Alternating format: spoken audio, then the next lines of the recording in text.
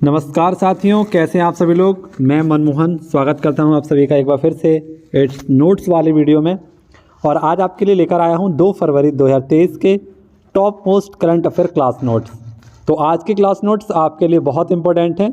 बहुत अच्छे तरीके से मैंने आप सभी के लिए एक एक क्वेश्चन को आपके सामने रखने की कोशिश की है। पूरी क्लास को आप देखना, बहुत मज़ा आने वाला है आज की क्लास में। तो सभी क्वेश्चनों को मैंने इंक्लूड किया है। अंत में आपके लिए ललन टॉप क्वेश्चन भी लेकर आया हूँ, ठीक है। उनको भी आप देख लेना एक बार, और संबंधित प्रश्न भी आपके रहेंगे कुछ, उन पर भी चर्चा करेंगे। और करंट अफेयर के जो पुराने क्वेश्चन हैं उन पर भी मैं चर्चा कर लूँगा आपके साथ, ठीक है।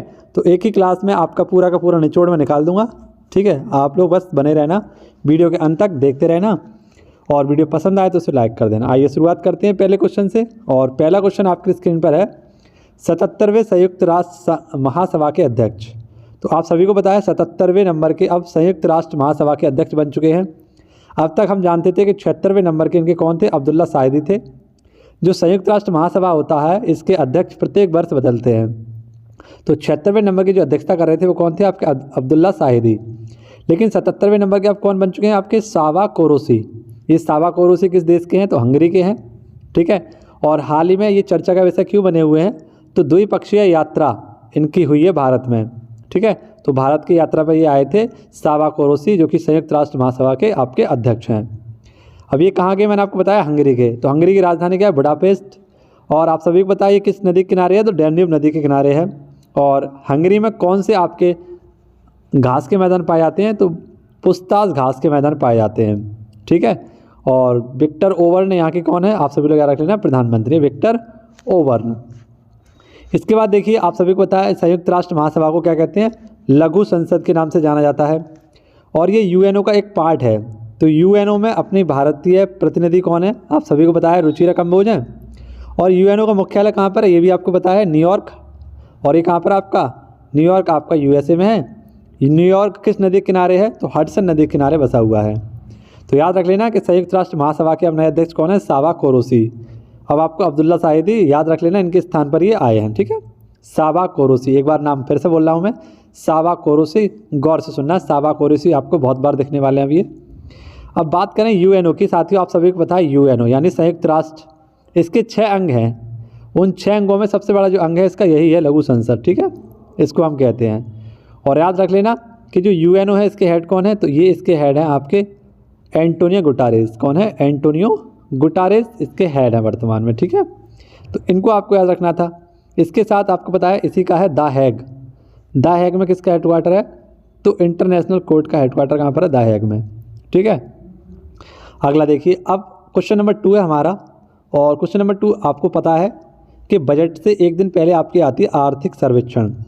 तो आर्थिक सर्वेक्षण आपका आया है 2022-23 के अनुसार वर्ष 2023-24 में भारत की आर्थिक वृद्धि दर कितनी होगी।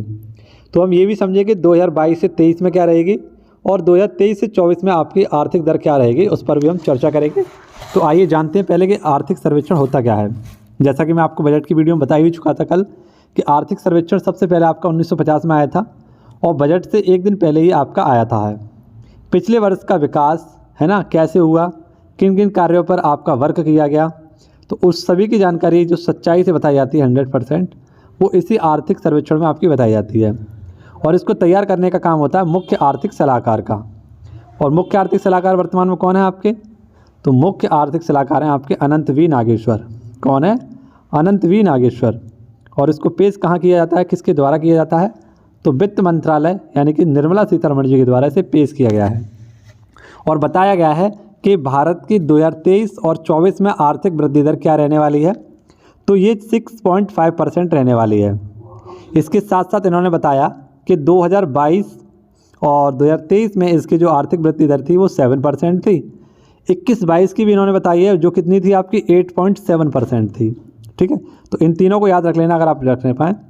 और इसमें एक बहुत ही खास बात बताई गई है, आपकी बहुत ही खास बात ये बताई गई है कि वर्ल्ड की फास्टेस्ट आपकी जो इकॉनमी बनी है वो किसकी बनी है, भारत की बनी है।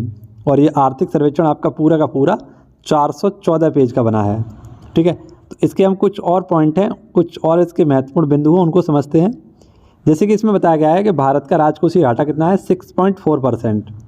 मुद्रास्फीति कितनी है, 6.8%। होलसेल प्राइस इंडेक्स में क्या रहा है 11.5%। और विदेशी मुद्रा भंडार भारत का 2022-23 में ये घटा है, आप लोग समझ लेना, क्योंकि 2021-22 में ये था 607 बिलियन डॉलर, जो घटकर कितना हो गया आपका 563 बिलियन डॉलर हो गया है। ठीक है, तो इसकी कमी आई है, लगभग आपकी 25 बिलियन डॉलर की यहाँ पर कमी आई है।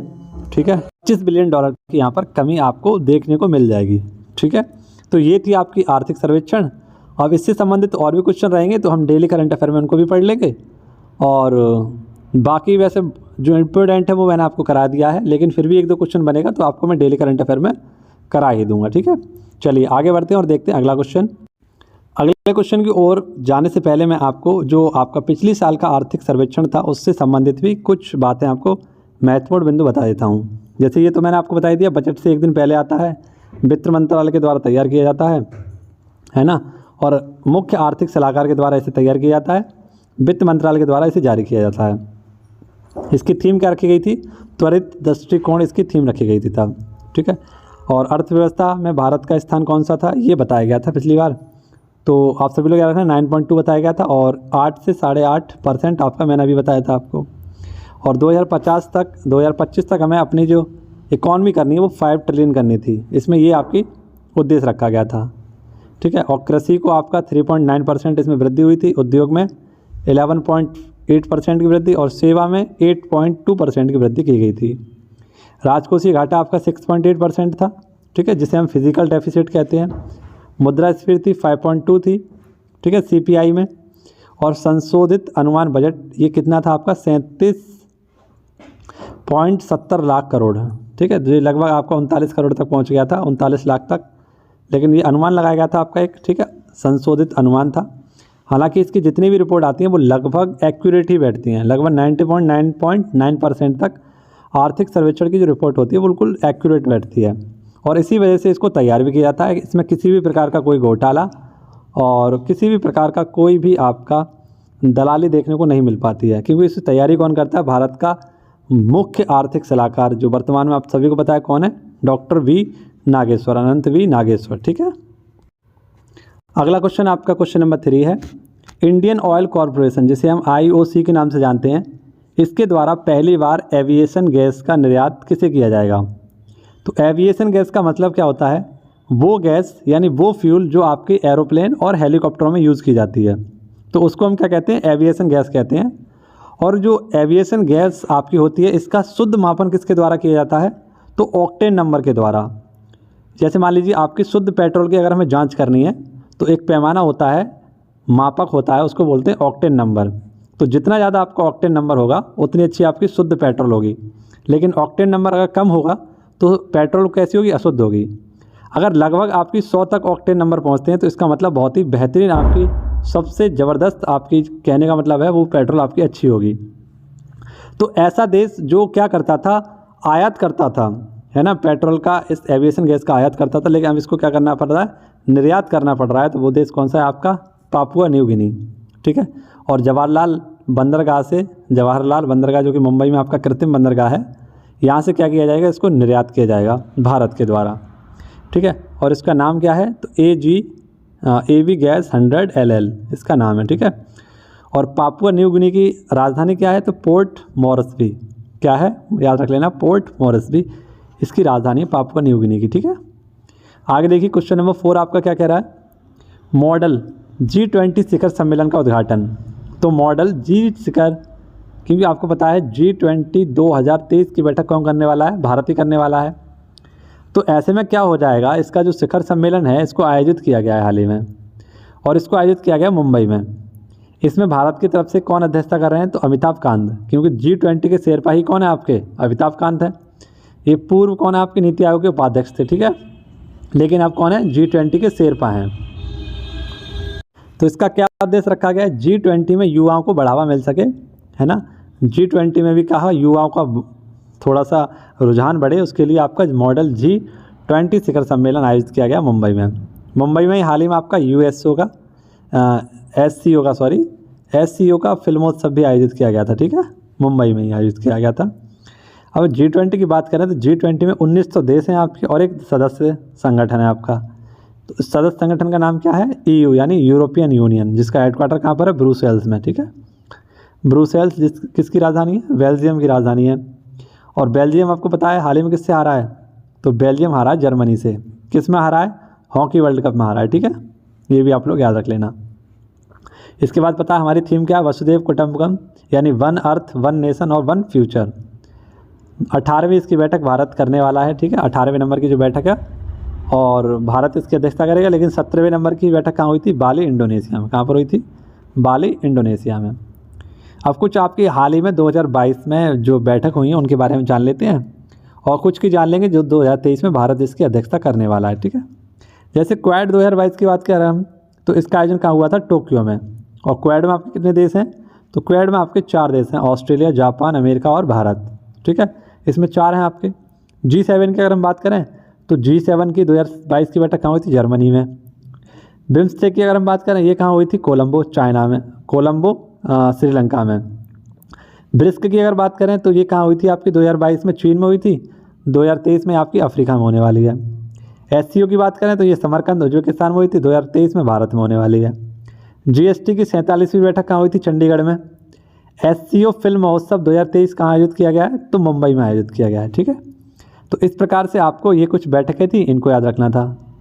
आगे बढ़ेंगे और देखेंगे अगला क्वेश्चन हमारा क्या कह रहा है। क्वेश्चन को आप सभी लोग पूरा अवश्य देख कर जाना। इस क्वेश्चन से संबंधित मैं जो फैक्ट आपके लेकर आया हूँ वो आपको नंबर दिला सकते हैं, और इस जानकारी को अपने पास संजो कर रख लेना। आइए देखते हैं क्वेश्चन नंबर 5 हमसे क्या कह रहा है। आंध्र प्रदेश की नई राजधानी। तो आंध्र प्रदेश की नई राजधानी कौन सी है? आप सभी को पता चल गया होगा। आंध्र प्रदेश की नई राजधानी है विशाखापट्टनम। अब आंध्र प्रदेश से संबंधित कुछ बातें हैं जिनको हम जान लेते हैं। आंध्र प्रदेश ये वही देश है जो आपका सन 1953 में क्या बना था? भाषाई आधार पर बनने वाला पहला राज्य बना। ठीक है, और इसी को आंध्र प्रदेश से 2 जून 2014 को अलग किया गया था। एक राज्य जो कि भारत का नवीनतम राज्य है, तेलंगाना, इसको अलग किया गया था। और तेलंगाना की राजधानी क्या बनाई गई थी? हैदराबाद। तो आंध्र प्रदेश की मुख्यतः 3 राजधानियाँ थीं। 3 राजधानियाँ कौन कौन सी थी? तो इसकी तो एक कौन सी? कार्यकारी, एक विधायक राजधानी और एक न्यायिक राजधानी थी। जो कार्यपालिका राजधानी थी वो आपकी विशाखापट्टनम थी, विधायिका राजधानी थी वो अमरावती थी, और न्यायिक राजधानी थी इसकी कुर्नूल। तो कुछ समय बाद इसकी जो राजधानी कर दी गई थी वो अमरावती कर दी गई थी। ठीक है, लेकिन उसके कुछ समय बाद अभी आपको पता चल गया कि इसकी जो नई राजधानी अब होगी वो कौन सी? विशाखापट्टनम। तो यहाँ पर इसका भी डेवलप हो गया। अब डेवलप किसका हो जाएगा? विशाखापट्टनम का भी। ठीक है, तो इस प्रकार से आपको याद रखना है। अब आपको पता है आंध्र प्रदेश के मुख्यमंत्री कौन है? जगनमोहन रेड्डी। और जगनमोहन रेड्डी ये YS कांग्रेस के आजीवन तक अध्यक्ष रहने वाले एक व्यक्ति हैं। यानी इन्होंने अपने संशोधन करके जो अपनी पार्टी है YS जगनमोहन रेड्डी की, है ना, कांग्रेस संबंधित YS कांग्रेस, तो इसके आजीवन तक ये अध्यक्ष रहने वाले जगनमोहन रेड्डी। गवर्नर कौन है यहाँ के? तो विश्वभूषण हरिश्चंद्रन है। राजकीय पशु कौन सा यहाँ का? तो ये हिरन है, काला हिरन। राजकीय पेड़ नीम, राजकीय पुष्प चमेली, और शास्त्रीय नृत्य क्या है यहाँ का? कुचिपुड़ी। कुचिपुड़ी के 2 बहुत ही फेमस आपके डांसर हैं, यामिनी कृष्णमूर्ति और एक है आपकी राधा रेड्डी। ठीक है, ये याद रख लेना। अगर हम बात करें विशाखापट्टनम की तो सबसे गहरा बंदरगाह आपका कहाँ मिलेगा? विशाखापट्टनम ही है। ठीक है, पहली बार नौसेना दिवस आपका कहाँ आयोजित किया गया था? तो यहीं आयोजित किया गया था, विशाखापट्टनम में ही। हिंदुस्तान एरोनॉटिक्स लिमिटेड, इसका हेडक्वार्टर भी कहाँ पर है? तो यहीं पर है। ठीक है, हिंदुस्तान एरो लिमिटेड कहाँ पर है? यहीं पर है आपका। इसके बाद देखिए कुछ मैंने क्वेश्चन आपके लिए जो लिख दिए हैं, ये इंपॉर्टेंट क्वेश्चन थे तो मैंने आपको जगह खाली थी इसलिए लिख दिए हैं। एक बार इनको रिवाइज कर लेंगे। जैसे हुम्बर बांध कहाँ पर है? कोलोराडो नदी पर। एंजल जलप्रपात ये वेनेजुएला में है। रैयतवाड़ी व्यवस्था मुनरो के द्वारा स्टार्ट की गई थी। महालवाड़ी योजना ये मैकेंजी के द्वारा। और हुमरी नदी कहाँ पर है? आपकी त्रिपुरा की है। हुमरी नदी कहाँ की है? तो मोहरी, हुमरी नहीं, मोहरी, ये नदी कहाँ की? त्रिपुरा की। और त्रिपुरा की राजधानी क्या है? अगरतला। और त्रिपुरा के CM कौन है? आपके डॉक्टर मानिक शाह। तो ये भी क्वेश्चन पूछा गया था SSCGD में, इसलिए मैंने आपको बता दिया। आगे देखिए अगला क्वेश्चन, इसमें भी आपको कुछ ललन टॉप क्वेश्चन बताऊंगा, और अंत में तो आपके लिए सारे के सारे ललन टॉप मैंने एक ही जगह लिख दिए, तो उनको मैं समझाऊंगा आपको और बता भी दूंगा सारे क्वेश्चन। ठीक है, देखिए कितनी अवधि के लिए निजी TV चैनलों को लोक महत्व की सामग्री साझा करने की मंजूरी दी गई है? तो लोक महत्व की सामग्री साझा करने के लिए, जैसे लोक महत्व क्या होता है? जैसे आपदा संरक्षण संबंधित जो आपकी न्यूज़ होती हैं, जल संरक्षण संबंधित न्यूज़ होती हैं, स्वच्छता संबंधित आपकी जो न्यूज़ होती हैं, तो उनको आधा घंटे तक चलाने के लिए सूचना एवं प्रसारण मंत्रालय ने आदेश दिए हैं जितने भी आपके जो लोकल यानी कि निजी टीवी चैनल हैं उनको मंजूरी प्रदान की गई थी। तो कितने मिनट की? 30 मिनट की। लेकिन यहाँ पर टीवी चैनल वाले थोड़े चालाक निकले। उन्होंने क्या किया, आधा घंटे की जो वीडियो है आपकी, है ना, लोक महत्व की जो सामग्री साझा करने वाली आपकी वीडियो हैं, उनको रात में अपलोड कर दिया, यानी 2 बजे 3 बजे करीब, क्योंकि उस समय तो आपकी टीआरपी बहुत कम होती है। तो इसी वजह से क्या होता है, इसको मना किया गया और इसमें टाइम रखा गया कि 12 AM से 6 AM के मध्य तक इसे कोई भी अपलोड नहीं करेगा। हाँ, अगर चाहे तो इसको टुकड़ों में तोड़ के इसको अपलोड कर सकते हैं, ठीक है, जब आपका मन हो, लेकिन दिन में केवल, रात में नहीं। अब देखिए, बात आई हमारी किसकी? प्रसारण की। तो मैं आपको कुछ स्पेशल क्वेश्चन लेकर आया हूँ। जैसे टेलीविज़न, दूरदर्शन आपने देखा होगा, है ना, रामायण लॉकडाउन में यहाँ पर इस चैनल पे बहुत चली थी आपकी। शक्तिमान भी चला था आपका, ठीक है, और भी बहुत सारे पुराने जो कार्यक्रम थे वो भी चलाए गए थे। लॉकडाउन में ये चले थे आपको, ठीक है, पुरानी यादा को ताज़ा करने के लिए। तो देखिए, टेलीविज़न जो है आपका दूरदर्शन 15 सितंबर 1959 को इसे क्या किया गया था? स्टार्ट किया गया था, ठीक है। आप सभी लोग याद रख लेना, टेलीविज़न दूरदर्शन कब स्टार्ट हुआ था? 1959 में। रेडियो प्रसारण कब शुरू हुआ था आपका? 1927 में। AIR का गठन कब किया गया था? 1936 में। और AIR का ही नाम बदल कर क्या रख दिया गया था? आकाशवाणी। तो ये कब? 1957 में। BSNL का आरंभ कब हुआ था? तो 1 अक्टूबर को हुआ था ये 2000 में। और प्रेस ट्रस्ट ऑफ इंडिया यानी PTI, इसकी स्थापना कब हुई थी? 27 अगस्त 1947 को इसकी स्थापना की गई थी। और प्रेस ट्रस्ट ऑफ इंडिया का मतलब यानी इसके अध्यक्ष कौन है? अविक सरकार। कौन है? अविक सरकार इसके हेड हैं प्रेस ट्रस्ट ऑफ इंडिया के। ये जो क्वेश्चन मैंने अभी आपको कराया था, इसको थोड़ी देर में कराना था। उससे पहले जो हमारा आंध्र प्रदेश वाला क्वेश्चन था, उससे संबंधित हमारे जो ललन टॉप क्वेश्चन थे वो मैं आपको कराने वाला था। तो इन्हें देख लेते हैं एक बार। जैसे आपको पता है, छत्तीसगढ़ राज्य में 3 नए जिले बनाए गए थे हाल ही में। ये करंट अफेयर का क्वेश्चन था हमारा कि छत्तीसगढ़ राज्य में 3 नए राज्यों का सर्जन किया गया था।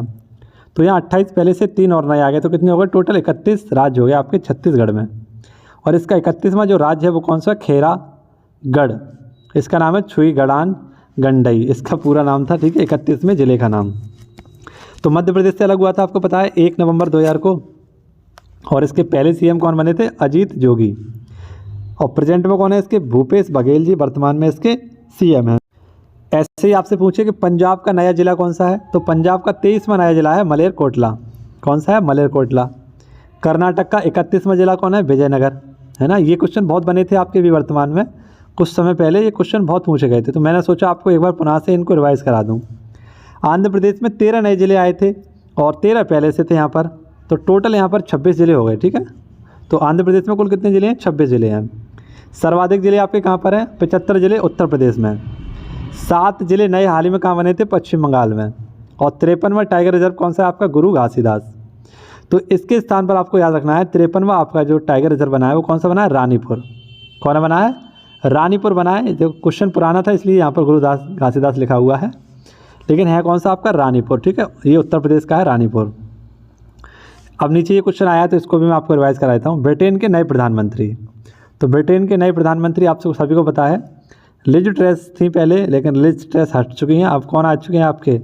तो ब्रिटेन के नए राष्ट्रपति ऋषि सुनक यहाँ के नए प्रधानमंत्री हैं, ठीक है। ये पुराना क्वेश्चन है ये भी, लेकिन मैं आपको सबको अपडेट करके बता रहा हूँ, ठीक है। आगे देखिए, PM श्री योजना है, इसमें कोई चेंजिंग नहीं हुई है। PM श्री योजना ये स्कूल फॉर राइजिंग इंडिया से संबंधित है और 1450 स्कूलों का विकास, उसको उन्नयन करने के लिए 5 सितंबर 2022 से स्टार्ट किया गया था न्यू एजुकेशन पॉलिसी के तहत।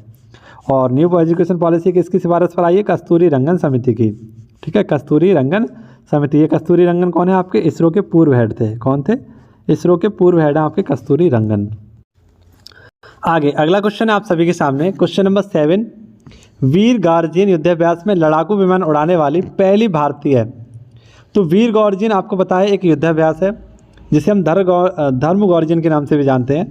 ये इंडिया और जापान के मध्य होता है। तो जापान में हायाकुरी एयरबेस है आपका, यहाँ पर इसको आयोजित किया जा रहा है।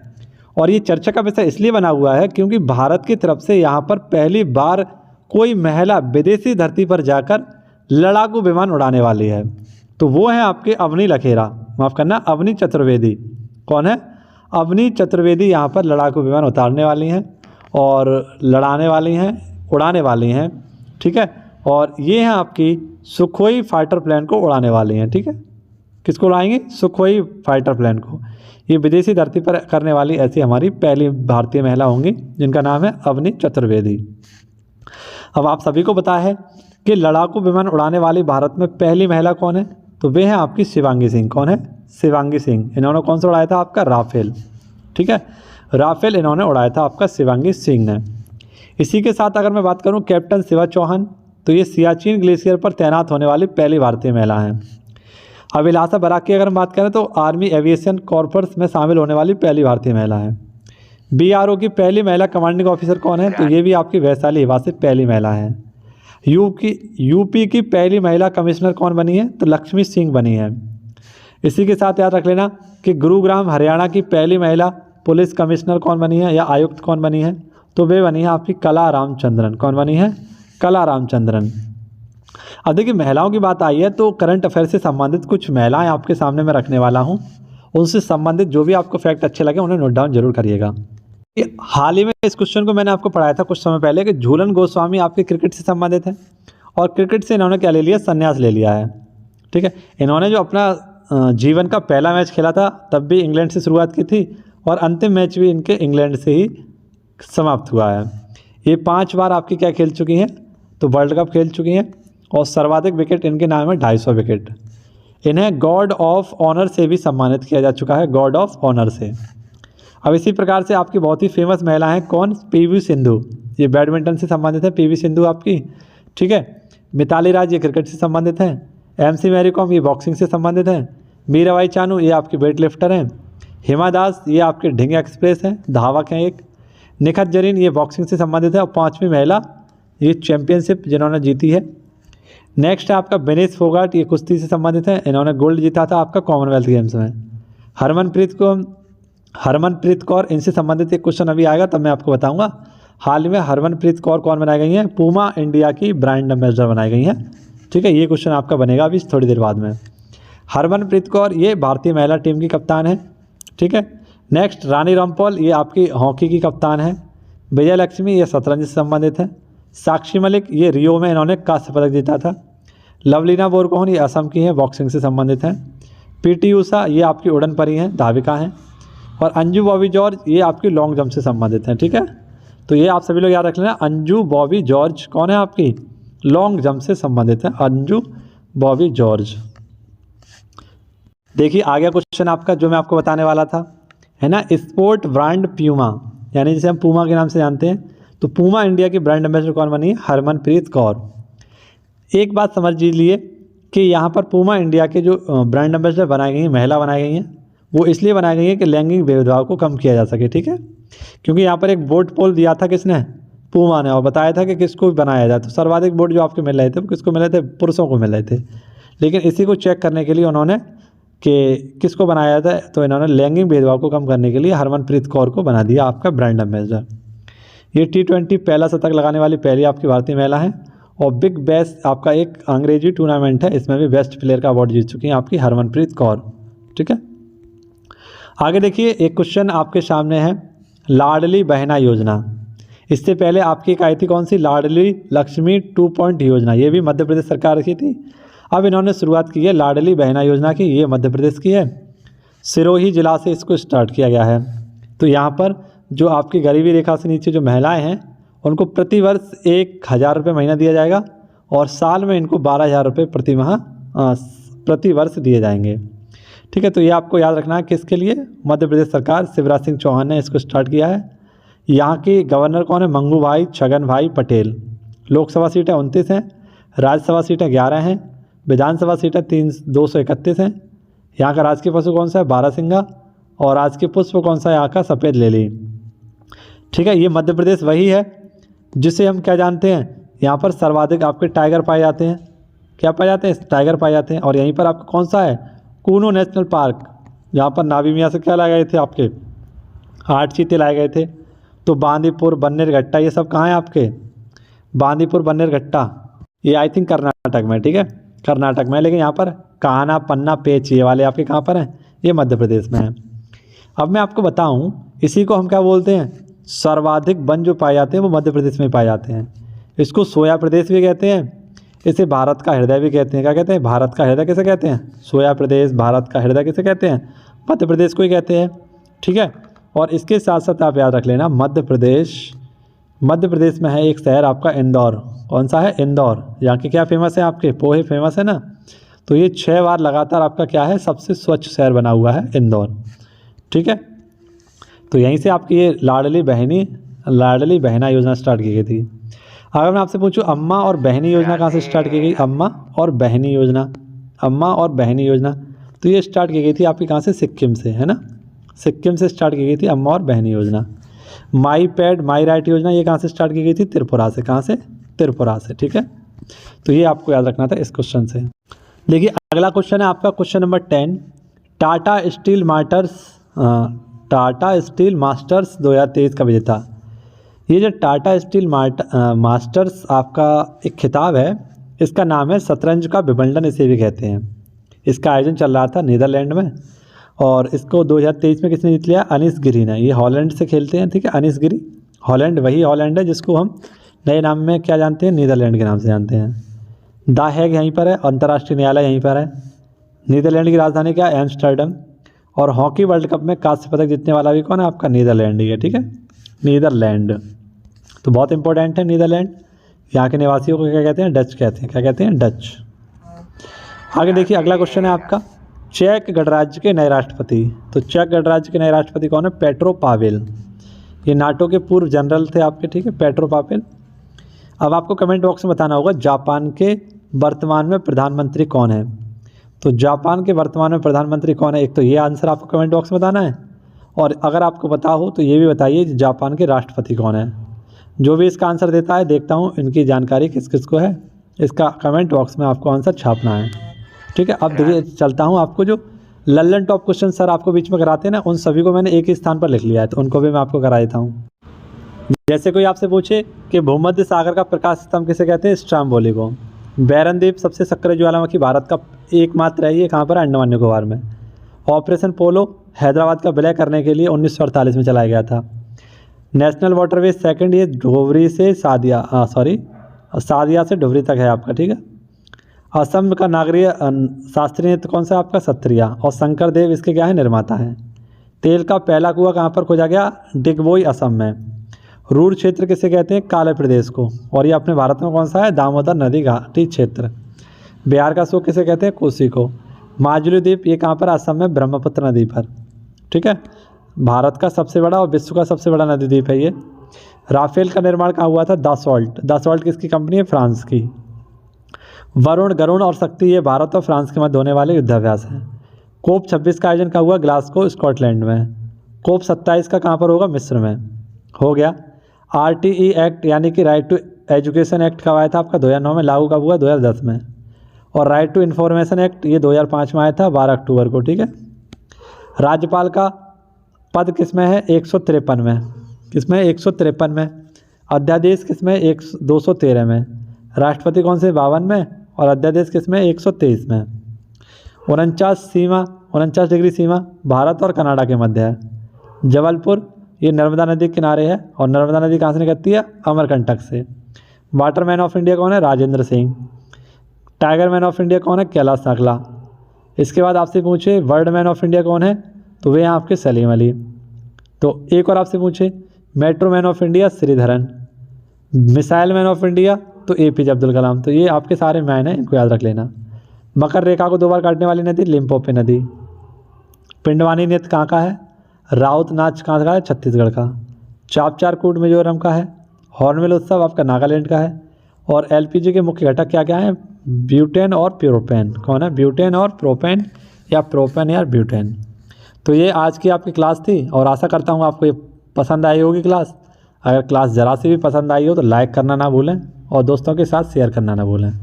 मिलते हैं आप सभी से कल इसी समय पर। ठीक है, अगर आपने बजट वाली वीडियो ना देखी हो तो जल्दी से आकर बजट वाली वीडियो देख लीजिए। लगातार मैंने आपको पूरी वीडियो समझाने की कोशिश की है बजट की, और नहीं समझ में आया हो तो कमेंट बॉक्स में मुझे बता देना, दोबारा से आपके लिए वीडियो बना दूंगा। ठीक है, चलिए मिलते हैं आपसे कल। धन्यवाद। जय हिंद, जय भारत।